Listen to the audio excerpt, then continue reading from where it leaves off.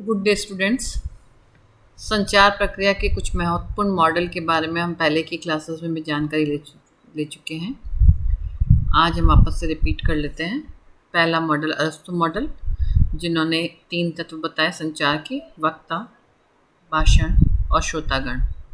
उन्होंने केवल संचार में फेस टू फेस जो आमने सामने संचार होता है उसी को माना है। सेकेंड, केनेथ बुक मॉडल, इन्होंने संदेश को इम्पोर्टेंट माना। साथ में उन्होंने कहा कि संदेश किसी माध्यम के द्वारा दिया जा सकता है, तो उन्होंने अपने मॉडल में संदेश को पृष्ठभूमि की तरह माना है और संचार माध्यम को एजेंसी के रूप में माना है। तीसरा, शैमन वीवर मॉडल, जिन्होंने सोर्स, जो प्रेषक होता है उसको एक सोर्स माना है। उन्होंने कहा कि वो एक स्रोत होता है जो जिसके पास ज्ञान होता है, वो उसको ट्रांसमिट करता है ज्ञान को किसी सिग्नल के द्वारा जो रिसीवर तक पहुंचता है। चौथा मॉडल जो है वो वेस्ले मैकीन ने दिया था, जिन्होंने एनकोडिंग और डिकोडिंग के बारे में बात करी और उन्होंने कहा कि संचार में प्रेषक जो है वो संदेश को एनकोडिंग में परिवर्तित करके किसी माध्यम के द्वारा रिसीवर तक पहुंचाता है और रिसीवर उस संदेश को डिकोड करके समझता है। देन आता है बर्लो मॉडल। बर्लो मॉडल में उन्होंने एक जो चीज़ नहीं की थी वो ये था कि प्रेषक जो होता है वो एक सोर्स होता है। उन्होंने ये भी माना कि सोर्स होता है और वो एनकोडिंग करता है, और जो रिसीवर होता है वो अपने माध्यम से उसको अपने हिसाब से उसको डिकोड करता है, और बीच में चैनल होता है। धामा ने जो बाकी मॉडल से जो डिफरेंट बात करी थी, उन्होंने ये कहा था धामा ने कि प्रेषक संदेश होता है, माध्यम भी होता है, ग्रहण करता है। जो हम 4 तत्व तो बार बार पढ़ते आ रहे हैं कि एक सेंडर होता है, एक रिसीवर होता है, एक मैसेज होता है, एक चैनल होता है। धामा ने अपने उसमें फर्स्ट इम्पॉर्टेंट जो चीज़ कही थी वो ये कही थी ट्रीटमेंट के बारे में। उन्होंने ये कहा था कि मैसेज को जो ट्रीट किया जाता है वो बहुत इंपॉर्टेंट होता है। जैसे कि हमें कोई बात यदि दूसरे व्यक्ति तक पहुंचानी है तो उसको किस रूप में पहुंचानी है, जो रूप प्रदर्शित करता है उसको पिक्चर के द्वारा पहुंचानी है, पोस्टर के द्वारा पहुंचानी है, नाटक के द्वारा पहुंचानी है, नुक्कड़ नाटक के द्वारा पहुंचानी है, टीवी के द्वारा पहुंचानी है। तो उसमें उसको किस रूप में, कैसे, कौन सी भाषा में, किस तरीके से, तो वो जो चीज़ होती है संदेश को बदलना, that is known as treatment, और वो बहुत इंपॉर्टेंट माना है धामा ने। देन लीगल्स मॉडल, जो बाकी मॉडल से इसमें जो डिफरेंस है हम उसी की बात कर रहे हैं। इन्होंने श्रोता की प्रतिपुष्टि यानी रिस्पॉन्स ऑफ ऑडियंस को इम्पोर्टेंस दी। उन्होंने कहा कि कोई भी मैसेज है, मैसेज देने वाला सेंडर ने मैसेज को माध्यम के द्वारा ट्रीट करके ऑडियंस तक पहुंचाया। अब ऑडियंस को वो बात पसंद, समझ में आई या नहीं आई, या उसमें वो क्या चेंज चाहते हैं, या उनको क्या अच्छा लगा, या उसकी क्या प्रतिक्रिया हुई। यदि मान लो कोई व्यवहार में परिवर्तन चाह रहे थे तो वो परिवर्तन आया है या नहीं आया, तो संचार तब पूरा होता है जब ऑडियंस की रिस्पॉन्स उनको मिल जाए। तो यानी ये एक वृत्ताकार प्रतिक्रिया मान ली कि संचार जो है वो संदेश देता है, संदेश को एनकोड करके माध्यम के द्वारा श्रोता तक पहुंचाता है, श्रोता प्रतिक्रिया देता है, और वो प्रतिक्रिया हाथ तक पहुंचती है, वापस से कम्युनिकेटर तक पहुंचती है। तो कम्युनिकेटर जो है उस श्रोता की प्रतिक्रिया के आधार पर अपने संदेश को वापस चेंज भी कर सकता है। तो संचार प्रतिक्रिया के अंतर्गत श्रोताओं की प्रतिक्रिया का महत्वपूर्ण स्थान है। संचारक के लिए श्रोताओं की प्रतिक्रिया को जानना लाभदायक होता है, बहुत इंपॉर्टेंट होता है। श्रोताओं की प्रतिक्रिया हम नहीं जानेंगे तब तक हम अपनी बात को बदल नहीं सकते, हम नहीं समझ सकते कि वो कितना समझा या कितना नहीं समझा।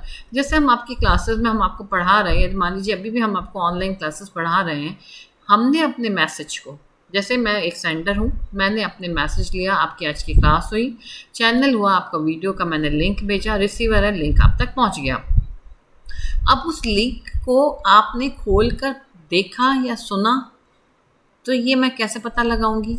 एक तो व्यूज़ देख लेंगे कि उसमें कितने व्यूज़ हुए, और दूसरा सबसे इम्पोर्टेंट होता है कि इसका टेस्ट लेना। मैं आपको एक कोई इसके ऊपर बेस्ड असाइनमेंट दूंगी जिसको आपको सॉल्व करना होगा, तो मुझे पता चलेगा कि जो मेरा मैसेज देना था आपको कितना पहुंचा, आपको मेरी बात कितनी समझ में आई। तो वह अपने द्वारा प्रेषित संदेश का मूल्यांकन करने में सफल होता है। तो उससे मुझे समझ में आएगा कि जो मैंने पढ़ाया, जब मैंने वीडियो तैयार किया है, वो आपके लिए लाभदायक है कि नहीं लाभदायक है। और यदि नहीं लाभदायक है तो मैं उसमें और कुछ चेंज करूँगी, कुछ अच्छा पॉजिटिव लेके आऊँगी कि शायद इस वजह से बच्चों को समझ में नहीं आ रहा है, या भाषा में कुछ अंतर हो सकता है। तो अनुकूल चेष्टाएं करेंगे, और इस तरीके से जो ये होता है, ये कहलाता है फीडबैक। फीडबैक के ऊपर ज़्यादातर प्लानिंग जो होती है वो फीडबैक के ऊपर बेस्ड होती है। तो इसलिए संचार में फीडबैक का जो इंट्रोडक्शन था वो फर्स्ट रीगन्स ने दिया था।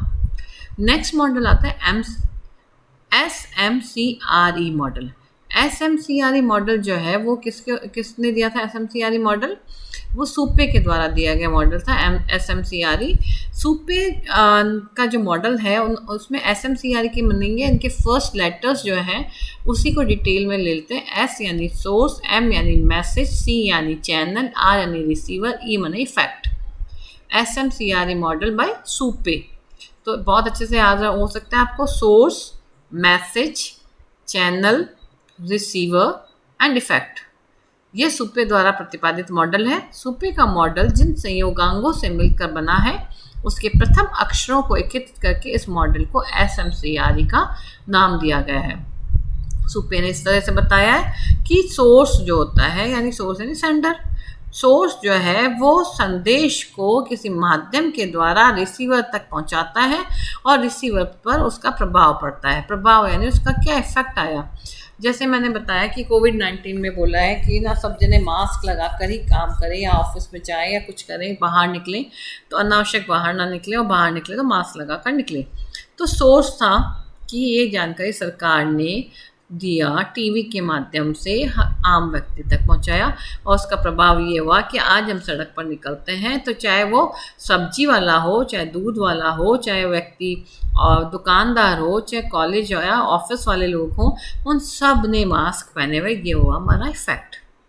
तो सुपे के अनुसार कोई भी संदेश स्रोत द्वारा माध्यम के जरिए प्राप्तकर्ता तक पहुंचाया जाता है। प्रसार शिक्षा में ऐसे संदेश का संबंध किसी विचारधारा, किसी कौशल, किसी मनोवृत्ति या फिर किसी भाव या विचार के होते हैं, यानी वे ऑफ थिंकिंग, स्किल, कोई एटीट्यूड में चेंज, कोई आइडिया में चेंज।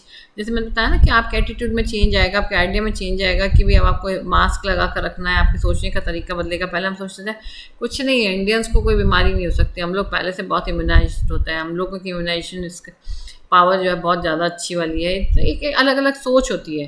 तो जब ये संदेश लोगों तक पहुंचा कि corona different from other disease है, तो उसके बारे में लोगों में परिवर्तन आया। तो इस तरह से कौशल को चीज़ सिखाना है ना, किसी की जानकारी देना, आपके व्यवहार में परिवर्तन लाना, आपकी मनोवृत्ति में परिवर्तन लाना।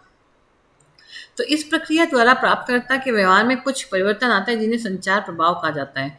यह प्रभाव ग्रहणकर्ता की मनोवृत्ति या कार्य संपादन क्षमता में दिखता है। तो जो हमने कहा वो उनके व्यवहार में दिखाई देना चाहिए, वो चेंज, तो माना जाएगा कि हमारा संचार संपन्न हुआ या हमारा संचार सफल हुआ। अदरवाइज संचार संपादित नहीं माना जाएगा। जैसे मान लीजिए हमने किसी की मनोवृत्ति एटीट्यूड में चेंज लाने की कोशिश करी कि आपको जैसे महिला को देखने की दृष्टि बदलनी होगी, महिला शक्तिशाली है, तो उसके लिए हम आज कितने सारे हम टीवी पर ऐड दिखाते हैं कि महिला की पावर ये है। तो इसका प्रभाव ये होगा एक आम व्यक्ति के नज़र में महिला का रूप या महिला का जो एक रूप है उसने एक अलग रूप धारण किया और उसकी सोच बदल आई है। तो ये सोच में बदलाव हमारे संचार का प्रभाव है। नेक्स्ट मेथड है लॉसवेल मॉडल। लॉसवेल मॉडल में क्या है, उन्होंने आधुनिक संचार विशेषज्ञ, ये लेटेस्ट मॉडल थे, उन्होंने हेरोल्ड डी लॉसवेल ने कहा है कि इनमें 5 क माने, 5 क यानी कौन, क यानी क्या कह रहा है, क यानी किस माध्यम द्वारा कह रहा है, क यानी किसको कह रहा है, और क यानी कितने प्रभावी ढंग से कह रहा है। यानी कौन क्या कह रहा है, किस माध्यम द्वारा कह रहा है, किसको कह रहा है और कितने प्रभावकारी ढंग से कह रहा है, वो कहलाता है संचार। कौन यानी जो कह रहा है वो क्या होगा, संचारक, कम्युनिकेटर या सोर्स। क्या कह रहा है वो होगा मैसेज। किस माध्यम के द्वारा कह रहा होगा चैनल। किसको कह रहा होगा रिसीवर। और कितने प्रभावकारी ढंग से कह रहा होगा इफेक्ट। ठीक है। लॉसवेल के अनुसार कोई भी संप्रेषण कार्य 5 प्रश्नों के आधार पर किया जाना चाहिए। कौन क्या कह रहा है, किस माध्यम द्वारा, किसको, कितने प्रभावशाली ढंग से। लॉसवेल मॉडल में भी प्रतिपुष्टि की बात कही गई है। मॉडल का प्रथम तत्व वह व्यक्ति है जो संदेश या स्रोत का संचारक है। दूसरा तत्व वह क्या कह रहा है, संदेश है। तीसरा तत्व किस माध्यम से कह रहा है। पांचवा तत्व कितने प्रभावकारी ढंग से कह रहा है। ये 5 तत्व प्रसार प्रणाली की रचना करते हैं। तो लॉसवेल का जैसे आपके लॉसवेल मॉडल के बारे में पूछा जाए तो आपके दिमाग में क्लिक करना चाहिए कि ये है 5 क। लॉसवेल मॉडल यानी 5 क। कौन क्या कह रहा है, किस माध्यम द्वारा कह रहा है, किसको कह रहा है, कितने प्रभावशाली ढंग से कह रहा है। ऐसे आप इस मॉडल को देखेंगे तो ये पूर्व में जो हमने मॉडल पढ़ा था ये उसी मॉडल की पुनरावृत्ति है। सोर्स या संचारक, मैसेज, माध्यम, प्राप्तकर्ता और इफेक्ट। ये देखिए इसमें भी ये था सोर्स, मैसेज, चैनल, रिसीवर और इफेक्ट, SMCRE। पर यहाँ पर इन्होंने क के रूप में कहा है। कौन क्या कह रहा है, किस माध्यम द्वारा कह रहा है, किसको कह रहा है और कितने प्रभावशाली ढंग से कह रहा है। नेक्स्ट मॉडल है रंजीत सिंह मॉडल। इस मॉडल के में स्रोत द्वारा संदेश का संकेतीकरण करके उसे संचार माध्यम के द्वारा प्राप्तकर्ता तक पहुंचाया जाता है। प्राप्तकर्ता संकेत वाचन भी करता है। प्राप्तकर्ता की प्रतिक्रिया को प्रतिपुष्टि कहते हैं। संपूर्ण संचार प्रणाली का विवरण इस प्रकार है। इसमें देखिए हम इसको ऐसा समझेंगे, सोर्स यानी मैं, जो जानकारी दे रहे हैं यानी मैं क्या कर रही हूँ, जानकारी आपको एनकोडिंग करके पीपीटी के माध्यम से पढ़ा रही हूँ। पीपीटी को मैंने आपके भेजा है थ्रू व्हाट्सएप या ग्रुप या यूट्यूब के माध्यम से भेजा है। आपने यूट्यूब के लिंक को डिकोड करके मेरे लेक्चर को सुना और उसको सुनना होगा रिसीवर। सुन के आपको कितना समझ आया तो आपने लाइक किया या आपके कमेंट आए तो वो कहलाएगा फीडबैक, और फीडबैक किसके पास पहुँचेगा, वापस से सोर्स के पास पहुँचेगा। ये है पूरा रंजीत सिंह का मॉडल संचार का। वापस से हम बताते हैं, एग्जाम्पल में वापस से देती हूँ। सोर्स, जैसे मुझे आपको सिलेबस के बारे में बताना है, उसके सिलेबस को कवर करना है, मैं उसके लिए मैंने ये पीपीटी तैयार किया, तो संकेतीकरण हो गया मेरा पीपीटी। ठीक है, उस पीपीटी को मैंने भेजा है माध्यम के द्वारा, यूट्यूब के द्वारा आप तक। कैसे बना के भेजा है? यूट्यूब के द्वारा लिंक बनाकर। लिंक को जब आप क्लिक करते हैं तो वो हो गया डिकोडिंग, ये एनकोडिंग की जगह होगा डिकोडिंग। जब आपने डिकोडिंग करी तो आपको मेरा वीडियो दिखाई दिया और आपने उसको सुना। सुनने के बाद में वीडियो से आपको कितना समझ आया या आपको कोई जानकारी मिली या नहीं मिली, अच्छा लगा या नहीं मिला, तो आप क्या करेंगे, लाइक करेंगे और या फिर उसमें कमेंट करेंगे। वो मेरे लिए फीडबैक होगा कि तो फिर मैं फीडबैक में अपने आपकी फीडबैक से मैं वापस से प्रेषक जो है अपने एनकोडिंग को चेंज करेगा। मुझे समझ आएगा, जैसे मैं अपना एग्जांपल दूंगी कि मैं पहले पीपीटी सारी इंग्लिश में बना रही थी, मुझे समझ में आया, फीडबैक मुझे मिला कि इंग्लिश के बनाने से पीपीटी को आप लोगों को कम समझ में आ रहा है या इतना इफेक्टिव नहीं हो पा रहा है, तो मैंने अपने संकेतीकरण अब हिंदी की पीपीटी में किया है। तो ये हो गया, वापस से एक स्रोत का होना आवश्यक है। स्रोत के पास संचार है तो संदेश होता है, संदेश का संकेतीकरण किया जाता है, संकेत के माध्यम से चैनल का व्यवहार, चैनल लाया जाता है, काम में ले जाता है, फिर उसको डिकोड किया जाता है और फिर जो है प्राप्त करता है उसका, वो क्या करता है, फीडबैक देता है। नेक्स्ट है प्रोफेसर IP तिवारी मॉडल। इन्होंने क्या कहा है, प्रोफेसर तिवारी के अनुसार प्रेषक और ग्राहक दोनों ही बिंदुओं पर अनुभव का होना आवश्यक है। संचार तभी सफल हो सकता है जब प्राप्तकर्ता या श्रोता प्रेषक की प्रस्तुति को समझ लेता है। यदि भेजा गया संदेश स्पष्ट नहीं है तो संचार दोषपूर्ण होगा। यदि संदेश स्पष्ट है किंतु ग्रहणकर्ता की समझ से परे है तब भी संचार दोषपूर्ण होगा। यानी तिवारी ने sender as well as receiver दोनों को कटघरे में खड़ा करके कहा है कि आप अपने संदेश को इफेक्टिवली भेजें और रिसीवर को कहा है कि आप संदेश को इफेक्टिवली सुने तो कंप्लीट होगा। अदरवाइज वो सिर्फ ऐसा ही हो जाएगा कि हाँ आपके ऊपर, जैसे हम कई बार कई जगह पर जाते हैं और चार बातें भाषण सुन के आते हैं, लेकिन ज़रूरी नहीं कि हमने पूरी भाषण को ग्रहण किया हो, है ना। हम उसको सुनकर रह जाते हैं, हम आगे उसको ऊपर ध्यान नहीं देते हैं कि हमने इसमें क्या सुना है उसको, तो वो हमारे ऊपर इफेक्ट नहीं डालती है। तो कौन कह रहा है वो बहुत इंपॉर्टेंट है। जैसे मान लीजिए ये पीपीटी मैंने आपको भेजा है और मैं आपको साथ में ही बोल रही हूँ कि इसमें से आपके मैं टेस्ट लेने वाली हूँ, तो आप जो है इस पीपीटी को ध्यान से सुनेंगे और ध्यान से देखेंगे। अदरवाइज मान लीजिए ये पीपीटी मैंने नहीं हो कि आपकी किसी क्लासमेट ने भेजा होता कि मेरे पास एक ऐसा पीपीटी आया जिसमें कम्युनिकेशन के बारे में डिटेल से बता रखा है कि तुम सुन लो तो क्या आप लोग देखोगे? नहीं, क्योंकि ग्रहणकर्ता की मानसिक स्थिति यह है कि भेजने वाला कौन है, तो और भेजने वाले की भी मानसिक स्थिति कि मुझे किसको भेजना है। ठीक है, तो मैंने संदेश आपको भेजा, पीपीटी बनाकर यूट्यूब के माध्यम से आप तक पहुंचाया और आपने जब उसको खोल कर पढ़ा तो आप बन गए ऑडियंस। और ऑडियंस को यदि ग्रहण के मूड में होते हैं ऑडियंस तो सब कुछ समझ में आएगा, और ग्रहण करने के मूड में नहीं होता है तो कुछ समझ में नहीं आएगा।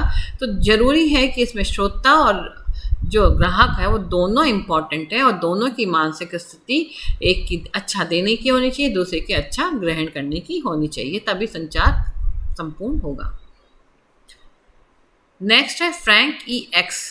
फ्रैंक ई एक्स ने संचार प्रक्रिया को लट्टू के समान बताया। संचार भूतकाल से प्रभावित होता है, वह उसके प्रत्येक चरण में नवीनीकरण होता है। यानी पहले यहाँ से हम चले, फिर नया चीज़ आ गई, फिर नई चीज़ आई, उसमें चेंज लेके आए, फिर हम चेंज लेके आए, फिर हम चेंज लेके आए। तो प्रत्येक चरण में नवीनीकरण होता रहता है, परिवर्तन आता रहता है, और ये प्रारूप घटना एवं व्यक्ति पर आधारित है, जिसके अनुसार संचार का कोई निश्चित प्रारंभ अथवा अंत नहीं होता है।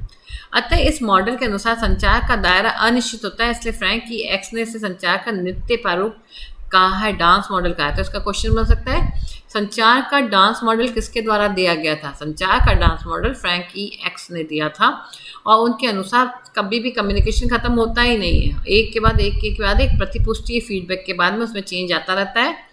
तो फीडबैक के माध्यम से संचार की सफलता को मूल्यांकित किया जाता है। संचार तब सफल माना जाता है जब ग्रहण करता है श्रोता उस संचार को समझ लेता है और प्रभावित होता है। श्रोता की प्रतिक्रिया अच्छी या बुरी दोनों हो सकती है। प्रतिक्रिया या प्रतिपुष्टि दो तरीकों से देखी जा सकती है। पहले प्रत्यक्ष प्रतिक्रिया, जिसमें श्रोता वक्ता दोनों आमने सामने होते हैं। तो आपके जब पढ़ा रहे होते हैं नॉर्मल क्लास में, तो हम आपके चेहरे को देख के समझ जाते हैं कि आपको बात समझ में आ रही है कि नहीं आ रही है। तो ये हो गई प्रत्यक्ष प्रक्रिया। अभी आप तक पहुंचा है, तो जब प्रत्यक्ष होती है तो हम तो आंखें, हाथ, शरीर की हलचल, हाव भाव, इन सबको देखकर हम अंदाज लगा लेते हैं कि आपको कितनी बात समझ में आ रही है और कितनी ऊपर से जा रही है। लेकिन इस समय में जब हम ऑनलाइन आपको क्लासेस भेज रहे हैं, तो हम आपके ग्रहण करने की शक्ति को या आपने कितना समझा है इसके बारे में अंदाज नहीं लगा सकते हैं। तो ये जब आप उसमें लाइक्स देते हैं और या अपने व्यवहार में परिवर्तन दिखाते हैं या कमेंट करते हैं, या मैं आपको कोई असाइनमेंट दूंगी उसको आप पूरा सही से करते हैं, तो इसके माध्यम से मुझे समझ में आएगा कि आपको वो बात समझ में आई है या नहीं आई है। तो ये हो गई आपकी अप्रत्यक्ष प्रतिक्रिया। ये थे संचार के मॉडल जिसके बारे में हमने डिटेल से पढ़ा